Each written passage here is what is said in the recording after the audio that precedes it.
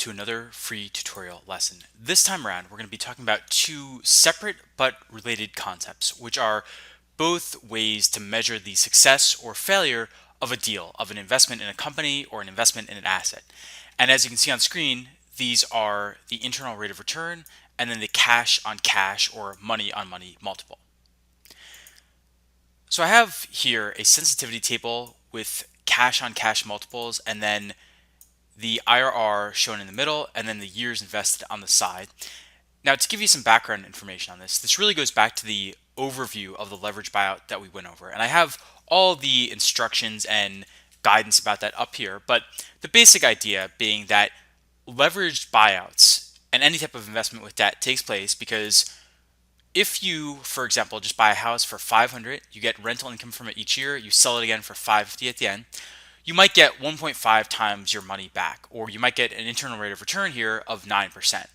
But then if you use leverage, if you use debt to do this, and use debt for 70% of the purchase price, now you're going to increase your multiple on your money. It's going to go up to 1.9x, and your internal rate of return is going to go up to 15%.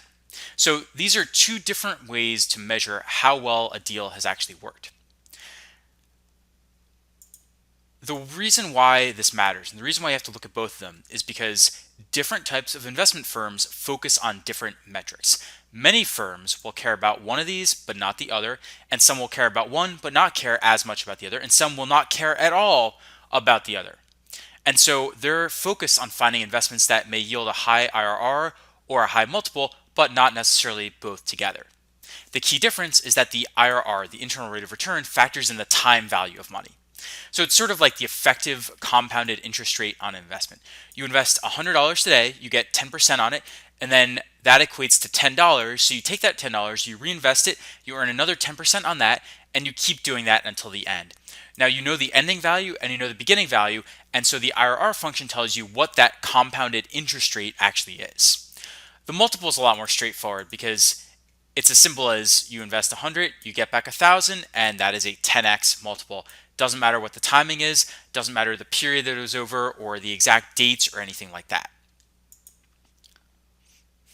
So up here, when we went through this, we went through some of the math behind this, and we saw how with the returns multiple here, the way we calculated it was by taking all the positives and then dividing by the one negative in the beginning and then flipping the sign on that. And with IRR, it was very easy because we just used a built-in Excel function for IRR in this case. Now, I mentioned earlier that different types of firms will care about different types of metrics here. Generally speaking, the division is between early stage firms and then later stage firms and private equity firms. Early stage venture capital firms and other types of investors, angel investors, for example, they're generally focused on earning back a multiple of their money. They don't really care about the IRR because they're going to be invested for a very long time. This is not exactly a liquid investment. They don't really care what the stock market or other markets do at the time. They're investing because they want to find a company that is going to return 10x the money they invested in it, or at least maybe something like 3x or 5x or something like that. I have a quote here I pasted it in from an article written by a venture capitalist about how they think about it, and you can read it for yourself, but he makes the point here that if they double their money in 1 year, that is a 100% IRR, but then they lost all their money on the next deal over 6 years, they aren't happy because the net gain is $0. So it doesn't matter that they made 2x in 1 year versus 3 years or lost all their money over 6 years because they only earned 1x their capital back. And early stage VC firms are going to focus on that very heavily. So if you go up here to the sensitivity table I made, you can see this for yourself, that exact scenario that he referred to. So getting back 2x their money in the span of a year, that is 100% IRR. And that seems great. And if we were a private equity firm or something else that cared a lot about the public markets or what they're doing, that would be an excellent return. It's never going to happen in the public markets, at least in modern times. So it's a great return. The problem, though, is that venture capital firms and other early stage firms are going to stay open and stay funding companies for a very long time. So getting back all their money this early on, it's not really that useful to them. They would probably rather have a scenario like this where in, say, year 7, 8, or 9, maybe they get back 7x their money or 8x or 9x. And on paper, you look at that and you think, well, But how is that appealing? Because here we have an IRR of between 25% and 36 or 37%. And yes, that's great. That's better than the stock market, but it's still less than the 100% IRR over here. And the answer, again, is that they are more concerned with getting a higher multiple of their money so that they can return more to their investors and then be able to raise another fund more easily versus getting back smaller amounts much earlier on, which result in a higher IRR but a lower money on money or cash on cash multiple. A really good example of this is this scenario with Harmonix, the maker of Guitar Hero. They got a VC investment in the mid 1990s. They made zero in revenue for over 5 years. But then in 2005, they released the hit video game Guitar Hero, and they sold for 175 million to Viacom in 2006. So that was probably a massive multiple on what the VCs invested, but it was probably a pathetic IRR because it took them over 10 years to get there, to get to that stage. One of the reasons why IRR wouldn't even be meaningful in this case is because in all those years in between, it doesn't really mean anything. Until the company is sold, IRR is just a number on paper, whereas the money on money multiple, it has to be sold for that to mean anything. Now, when you move to the late stage and private equity side, this is where they start to care more about the internal rate of return because the multiples are never going to be that high in late stage deals unless you get really lucky, and because these types of firms are benchmarking themselves a little bit more against the public markets. So for example, if the S&P 500 goes up by 15% in a given year, your firm, your private equity firm, better have an IRR that is higher than that, or else why would anyone invest in your firm? If you can't even beat the stock market, there's no reason to do that. So most PE firms are generally going to target a 20 to 25% IRR, depending on the economy, valuations, the deal environment, and so on. Now, one consequence of this is that it makes it much more common to do the quick flip deals that we just talked about earlier. The company is bought and then sold at a much higher multiple right after that, simply to get a high IRR. They don't care at all about what the money on money multiple is. They are solely focused on the IRR. Really good example of this is this deal with Thoma Bravo, a mid-market tech-focused private equity firm. They acquired this company, Digital Insight, for 1.025 billion, and then they flipped it. They sold it just 124 days, about 4 months later, for 1.65 billion. So they bought it from Intuit, one normal company, and they sold it to NCR, one of Intuit's competitors, for 1.65 billion.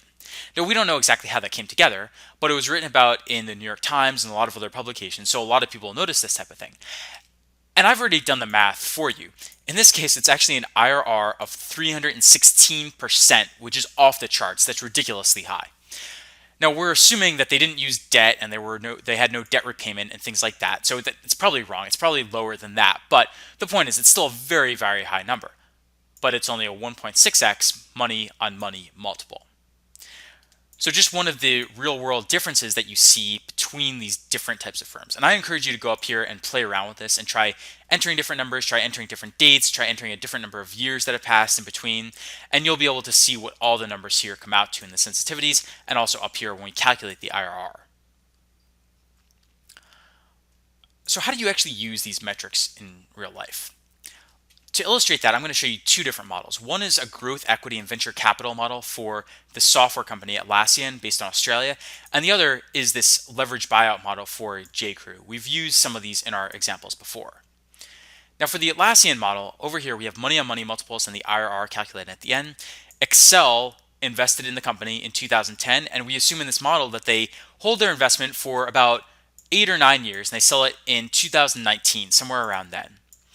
Now, in this case, they get a pretty good IRR, definitely above what most private equity firms would target, but not something that is completely amazing. You often do see IRRs in the 30 to 40% range, but what is amazing is the fact that they've gotten a 15x money on money multiple. So this tells you that in our base case here, this is an excellent deal for Excel. They got in at the right time, they paid the right price for this company, because right when they paid that price and they invested at around a $400 million valuation, that was right before the company started growing more quickly, and their investment probably helped accelerate that growth. Whereas T. Rowe Price here, a much later stage firm, the money on money multiple is not great. It's 1.9x, which for a venture capital firm would be a very mediocre to bad result. But their IRR here is about 14%. Not a spectacular result, but an okay result. Certainly better to a late stage firm than a 1.9x multiple to a venture capital firm would be at this point. So the lesson from this is that you really have to use different metrics to judge deals differently depending on who the investors are and what they are targeting. Now for the J.Crew model over here, so this is a good example of where both the IRR and the money on money multiple are not that great.